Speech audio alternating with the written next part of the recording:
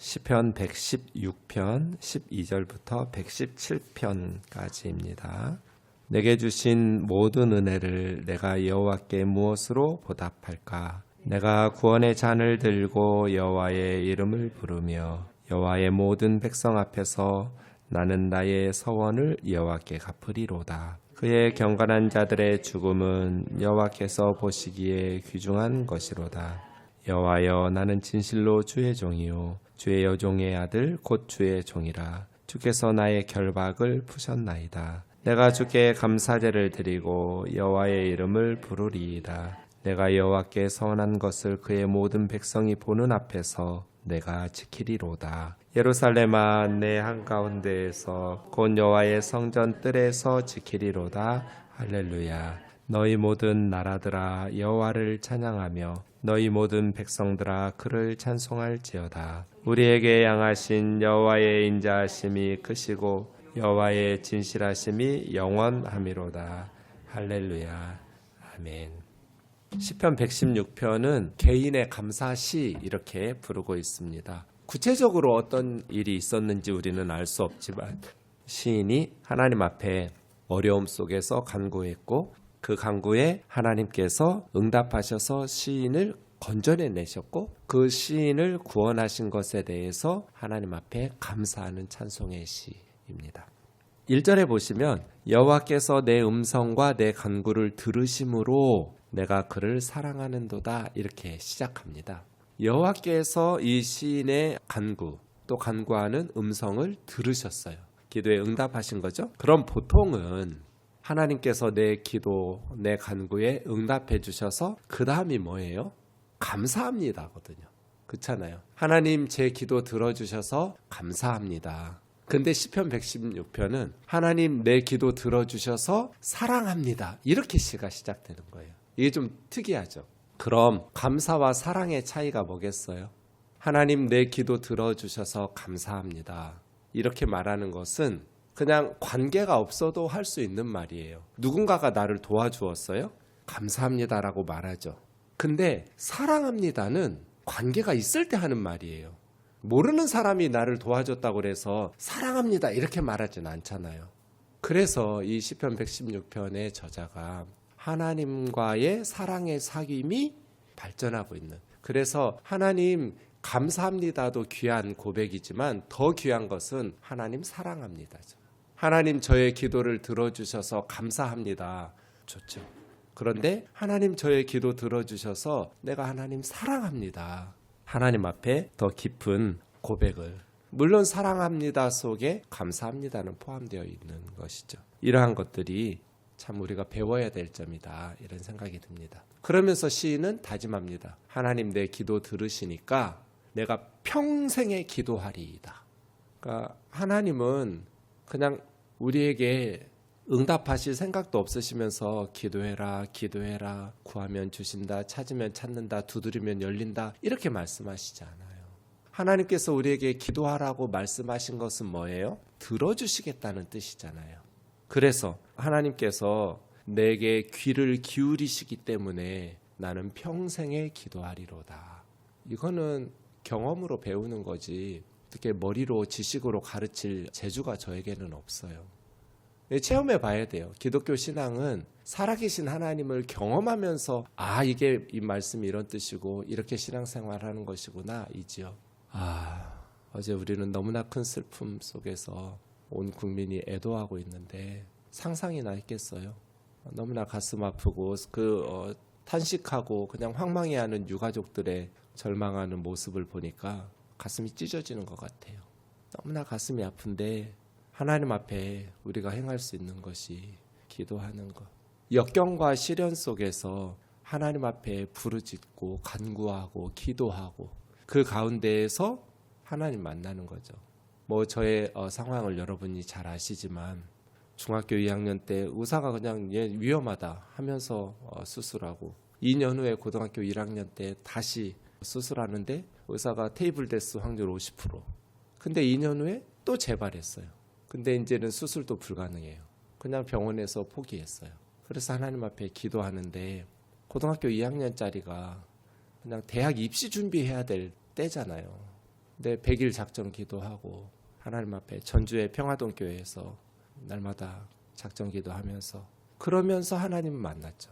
그러니까 제가 아프지 않았다면 그렇게까지 기도 안 했겠죠.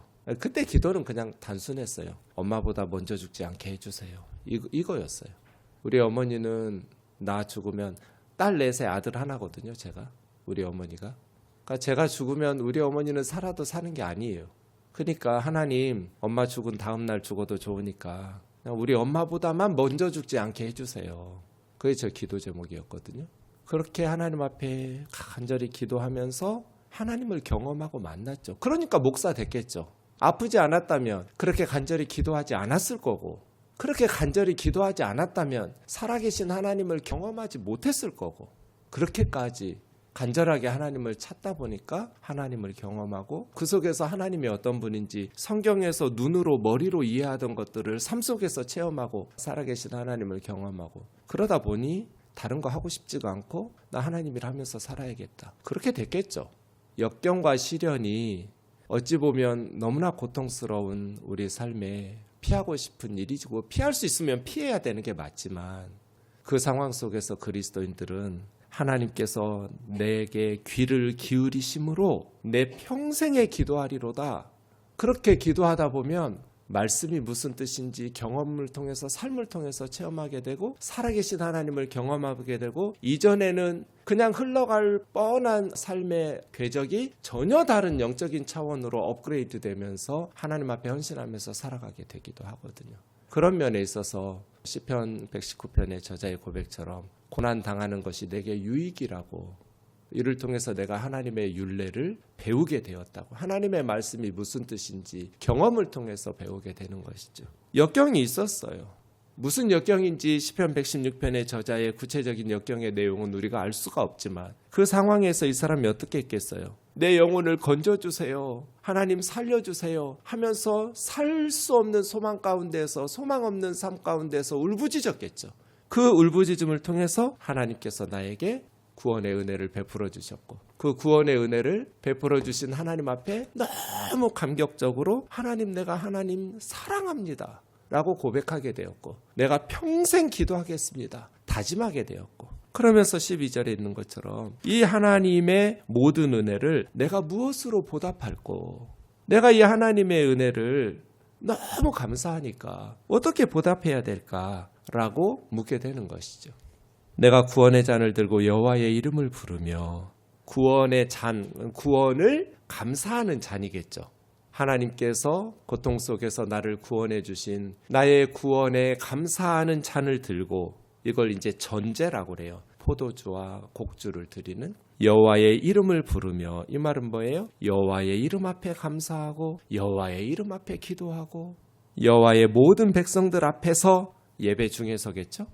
여호와의 모든 백성들 앞에서 나의 서원을 여호와께 갚으리로다. 하나님 앞에 했던 서원이 무엇인지 알 수 없지만 하나님 앞에 약속했던 서원을 하나님 앞에 예배하는 중에 백성들 앞에서 내가 갚겠습니다. 경건한 자들의 죽음은 여호와께서 보시기에 귀중한 것이로다. 구약 성경에 보면 죽음은 하나님이 기뻐하시는 게 아니에요.